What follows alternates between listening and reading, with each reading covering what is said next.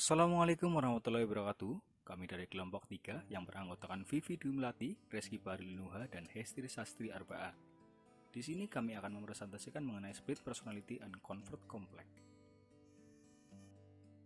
Split personality adalah suatu kondisi psikologi yang rumit, di mana penderitanya memiliki dua atau lebih kepribadian yang berbeda-beda, dan secara bergantian mengambil alih kesadaran individu yang mengalaminya.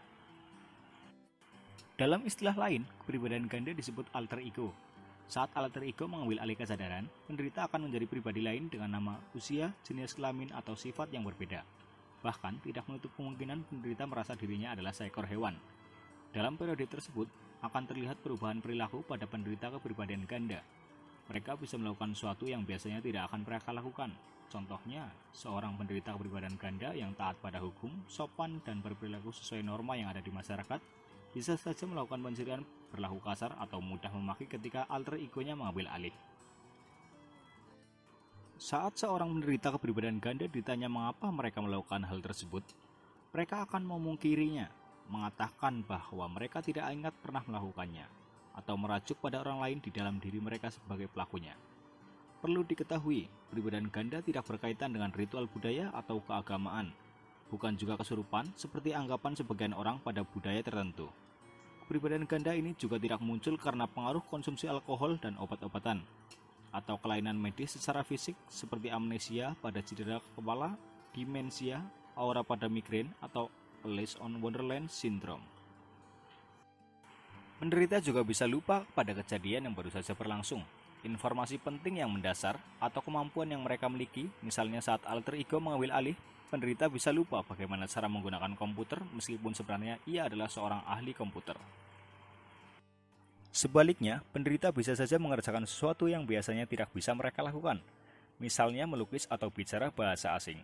Penderita kepribadian ganda bisa tidak mengingat bagaimana ia berada di suatu tempat atau menemukan suatu benda tetapi tidak tahu bagaimana benda tersebut bisa berada di situ. Penderita juga seringkali tidak ingat sesuatu yang pernah diucapkan atau dilakukannya. Sehingga, ketika seorang individu dilanda sebuah musibah dalam kehidupan, seseorang tidak memiliki penopang yang menguatkan. Ketidakmampuan menghadapi sebuah musibah membuat seseorang menciptakan pertahanan diri dengan menciptakan kesadaran lain di luar kesadarannya. Kepribadian ganda seringkali disamakan dengan skizofrenia, tetapi sebenarnya kedua kondisi ini berbeda. Penderita skizofrenia tidak memiliki banyak kepribadian seperti pada penderita kepribadian ganda.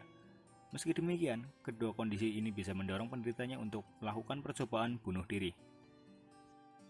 Penyebabnya jelas dari kerusakan mental, bisa diturunkan secara genetik atau sangat jarang.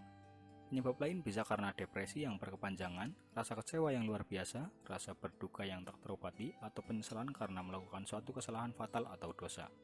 Ego yang mendominasi emosi, kurangnya wawasan spiritual, fanatisme berlebihan terhadap suatu keyakinan, hilangnya keyakinan karena skeptisme. Faktor seseorang memiliki kepribadian ganda antara lain: 1. Latar belakang traumatis di masa lalunya, bisa berupa penyiksaan baik secara fisik maupun emosional yang berulang-ulang atau bahkan pelecehan seksual. 2. Depresi yang berkepanjangan. 3. Rasa kecewa yang luar biasa. 4. Rasa berduka yang tak terobati. 5. Penyesalan karena melakukan kesalahan yang fatal. 6. Kurangnya wawasan spiritual. 7. Fanatisme berlebihan terhadap suatu keyakinan. 8. Hilangnya keyakinan karena skeptisme. Kesimpulan, penderita DID ini seringkali memperkenalkan dirinya dengan sebuah nama lengkap dengan kepribadian asli. Bisa sebagai anak kecil yang manis, orang tua renta, dan lain-lain.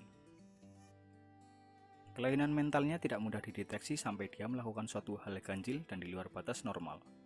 Biasanya, pengidap kelainan ini hidup seperti orang normal lainnya dan memiliki IQ di atas rata-rata, alias cerdas sampai tingkatan jenius. Demikian presentasi dari kelompok 3. Mohon maaf jika terdapat kesalahan ataupun sesuatu yang kurang. Wassalamualaikum warahmatullahi wabarakatuh.